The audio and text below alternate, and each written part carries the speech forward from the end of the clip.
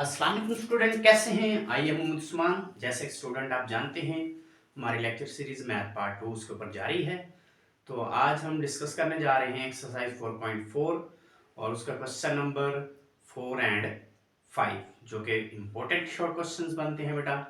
तो आइए बेटा डिस्कस करते हैं क्वेश्चन नंबर 4। तो बेटा क्वेश्चन नंबर 4 को डिस्कस करने से पहले आप मेरे चैनल को लाइक एंड सब्सक्राइब कर दें ताकि मेरी हर आने वाली वीडियो का नोटिफिकेशन आप तक पहुंचता रहे। चलिए बेटा डिस्कस करते हैं क्वेश्चन नंबर 4। जी बेटा क्वेश्चन नंबर 4 के अंदर हमने बेटा फाइंड करना है, find the condition that the lines, ये हमारे पास 3 लाइंस गिवन हैं, y is equal to m1x plus c1, y is equal to m2x plus c2 and y is equal to m3x plus c3 are concurrent। अब ये कंकूरेंट हैं lines, उसने कहा ये lines कंकूरेंट हैं। आप इन कंकूरेंट लाइंस के लिए कंडीशंस बताओ कि कौन सी कंडीशन बनेगी। क्लियर है बेटा? तो पहले हम इन लाइन को सिंप्लीफाई कर लेते हैं। ठीक है बेटा, इनको लाइन को सिंप्लीफाई करो। बेटा ये लाइन, इसको मैं L1 लाइन का नाम दे देता हूं। अब इसको आप क्या करो बेटा, y को दूसरी साइड पे लेके जाओ तो ये बन जाएगा m1x minus Y plus c1 is equal to 0 हो जाएगा। क्लियर बेटा? ये लाइन L1 बन जाएगी। अब सेम यही हमारे पास, इसको L2 का नाम दे देते हैं और y को दूसरी साइड पे लेके जाएं तो m2x minus y plus c2 is equal to 0। ये हमारे पास सेकंड लाइन बन जाएगी। अब थर्ड लाइन में बेटा y को दूसरी साइड पे लेके जाओ तो इसको नाम दे दो L3 लाइन और ये बन जाएगा बेटा m3x minus Y plus c3 is equal to 0। तो बेटा ये 3 लाइंस जो हैं उसने कहा कि ये कंकूरेंट हैं। ठीक है, अगर ये कंकूरेंट हैं तो आप कंडीशंस बताओ कि ये किस कंडीशन के लिए कंकूरेंट होंगे। क्लियर है? तो बेटा हमने फार्मूला पढ़ा हुआ है कंकूरेंसी का कि 3 लाइंस जो हैं वो कंकूरेंट कब होती हैं। तो इसका हमने एक डिटरमिनेंट फार्मूला डिस्कस किया था। अब उस डिटरमिनेंट फार्मूला में हम इसकी वैल्यू पुट कर देते हैं। बेटा वो डिटरमिनेंट फार्मूला क्या था असल में? बेटा वो डिटरमिनेंट फार्मूला था कि उसके अंदर हम A1 B1 C1 A2 B2 C2 and A3 B3 C3। बेटा ये इसका डिटरमिनेंट हमारे पास इक्वल होता था किसके? 0 के इक्वल। किस चीज के इक्वल होता था? 0 के। तो बेटा अगर दिस इंप्लाइज करवाऊं, दिस इंप्लाइज दैट, इससे नेक्स्ट स्टेप, तो हम बेटा इस डिटरमिनेंट फार्मूला के अंदर क्या करते हैं?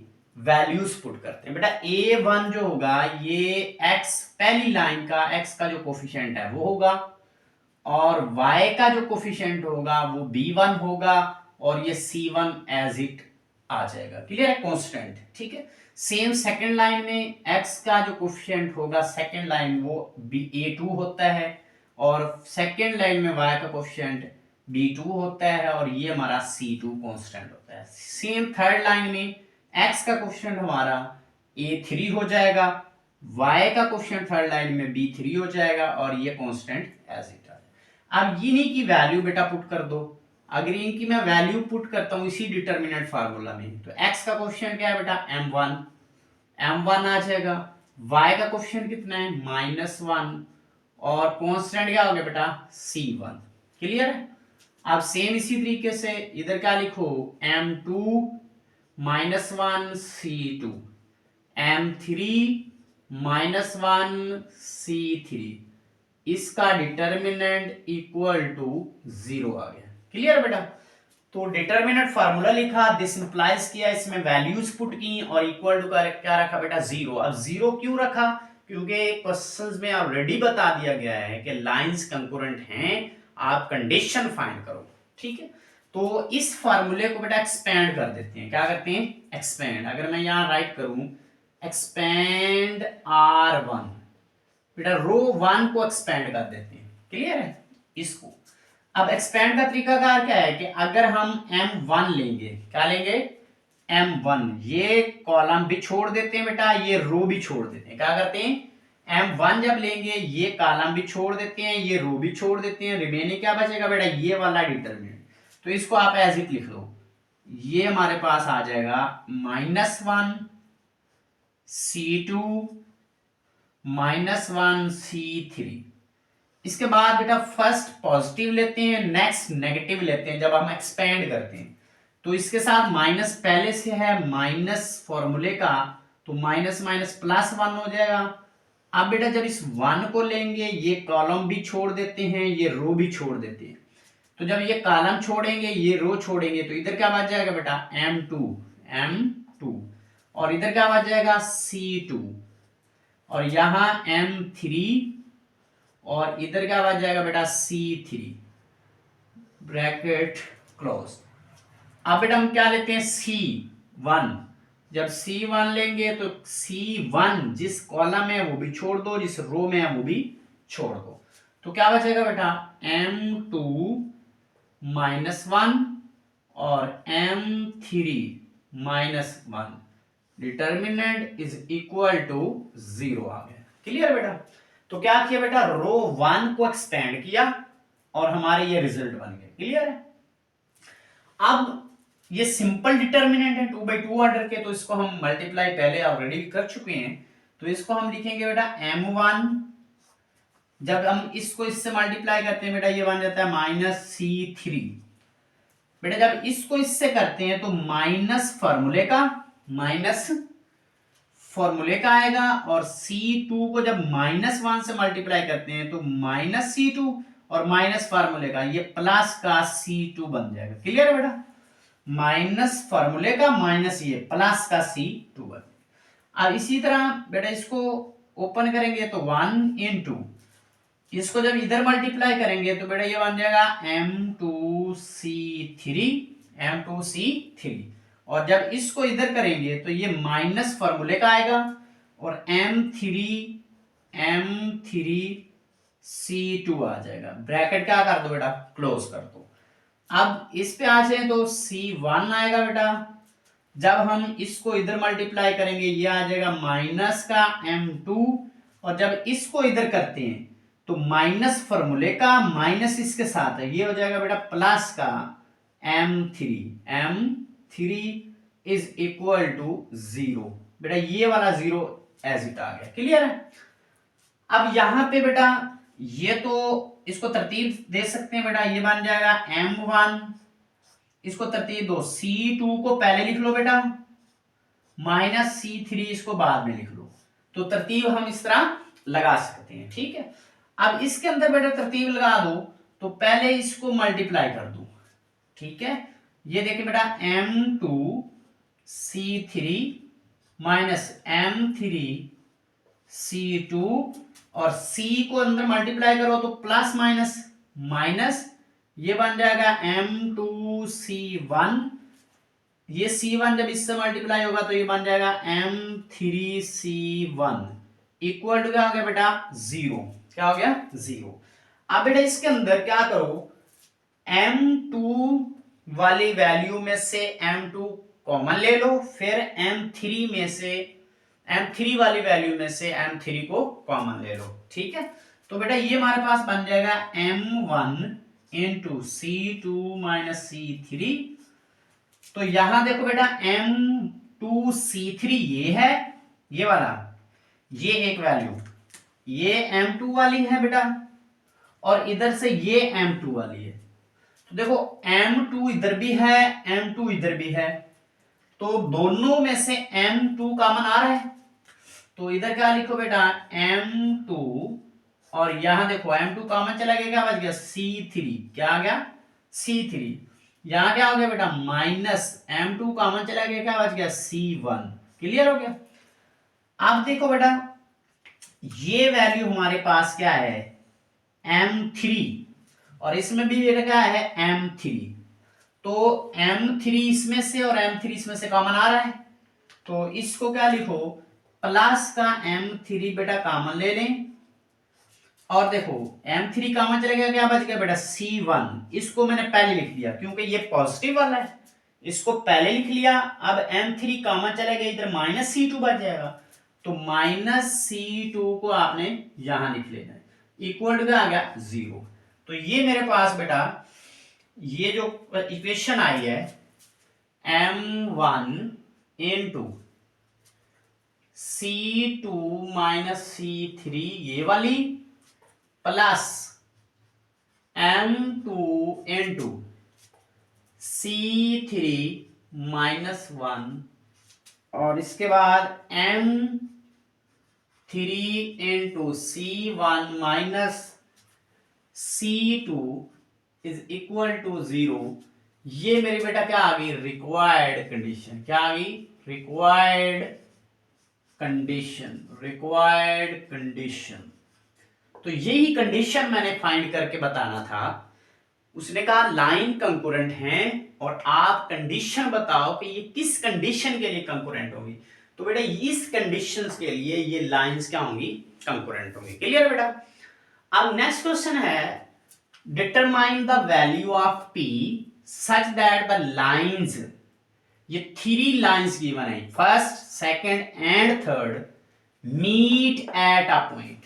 कहते कि आप P की वैल्यू फाइंड करो सच दैट। बेटा जब सच दैट वर्ड इस्तेमाल हो तो इसका मतलब है पहले से उसने हमें बता दिया है कि लाइंस जो हैं वो एक पॉइंट पे मीट करती हैं, और जब लाइन किसी एक पॉइंट पे मीट करती हैं तो वो लाइन कंकरेंट होती हैं। क्या होती हैं, कंकरेंट हैं। इसका मतलब ये हुआ कि हमारे पास ये गिवन है कि लाइंस जो 3 लाइंस हैं जो हमें दी गई हैं, ये तीनों लाइंस जो हैं ये कंकरेंट है, मीन एक पॉइंट पे मीट करती हैं। तो हमने P की वैल्यू फाइंड कर दी। ठीक है, तो पहले गिवन लिख दो। क्या लिखो, गिवन। बेटा गिवन लाइंस, गिवन लाइंस क्या है बेटा, L1, L1 लाइन, इसको नाम दे दो फर्स्ट को, तो ये हो जाएगा बेटा 2x minus 3y minus 1 is equal to 0। ये फर्स्ट लाइन होगी बेटा। L2 ये हमारे पास होगी सेकेंड लाइन, जिसको हम लिखते हैं 3x minus y minus 5 is equal to 0। और थर्ड लाइन L3 ये हमारी बन गई 3x plus py plus 8 is equal to 0। तो बेटा ये गिवन लाइन जो है हमारे पास 3, ये उसने कहा मीट करती हैं एक पॉइंट पे, इसका मतलब ये कंकरेंट हैं। ठीक है, तो ये गिवन है, ये मीट करती हैं, मीट एट अ पॉइंट। तो ये मीट करती हैं, ये गिवन है, मीट एट अ पॉइंट। इसका मतलब ये एक पॉइंट पे मीट करती हैं, तो फिर हमने क्या करना है, डिटरमिनेंट फार्मूले में इसकी वैल्यूज पुट करनी है और P की वैल्यू फाइंड कर लेनी है। क्लियर है, डिटरमिनेंट फार्मूला। नाउ बेटा डिटरमिनेंट फार्मूला क्या था, डिटरमिनेंट फार्मूला हमारा यह था A1, जैसे ये देखो A1 B1 C1 A2 B2 C2 A3 B3 C3। फिर हमने इस फॉर्मूले में क्या पुट की, वैल्यूज। अब सेम इसी तरह x का कोफिशिएंट, फर्स्ट लाइन x का कोफिशिएंट A1 होता है, तो इधर A1 कितना है बेटा 2 है, तो इसको पुट कर दो। y का कोफिशिएंट B1 होता है, तो ये कितना है -3, इसको पुट कर दो। कांस्टेंट की वैल्यू -1 मीन C1 की -1 होगी। सेम सेकंड लाइन x का कोफिशिएंट 3, y का coefficient -1 and constant C2 -5। Third line इसको पुट कर दो 3 और y का कोफिशिएंट बेटा कितना है P और कांस्टेंट C3 की वैल्यू 8। ये डिटरमिनेंट किस चीज के इक्वल है, 0 के। किस चीज के इक्वल है, 0। अब हमने क्यों 0 पुट किया, क्योंकि लाइन उसने कहा मीट करती है एक पॉइंट पे, इस मीन कंकरेंट है, और हमें क्या चाहिए, P की वैल्यू चाहिए। क्लियर है, तो इसको एक्सपेंड कर दो। क्या करो बेटा, एक्सपेंड, एक्सपेंड R1 को एक्सपेंड करो। बेटा 2 लेंगे और 2 जिस रो में है वो भी छोड़ दो, जिस कॉलम में वो भी छोड़ दो, मीन ये रो भी छोड़ दो, ये कॉलम भी छोड़ दो। क्या बचेगा हमारे पास, -1 -5 p एंड 8। इसके बाद क्या लेना बेटा, -3। देखो पहला पॉजिटिव दूसरा नेगेटिव, नेगेटिव पहले इसके साथ है और नेगेटिव फॉर्मूले वाला ये क्या बन जाएगा, +3। अब ये जिस कॉलम में है वो भी छोड़ दो, जिस रो में है वो भी छोड़ दो, ये भी छोड़ देनी है, ये भी छोड़ देनी है। 3 - 5 3 - 5 3 8 3 8, सॉरी इधर क्या लिखना है, 3 8, यूं क्लोज कर दो। अब -1 लो बेटा,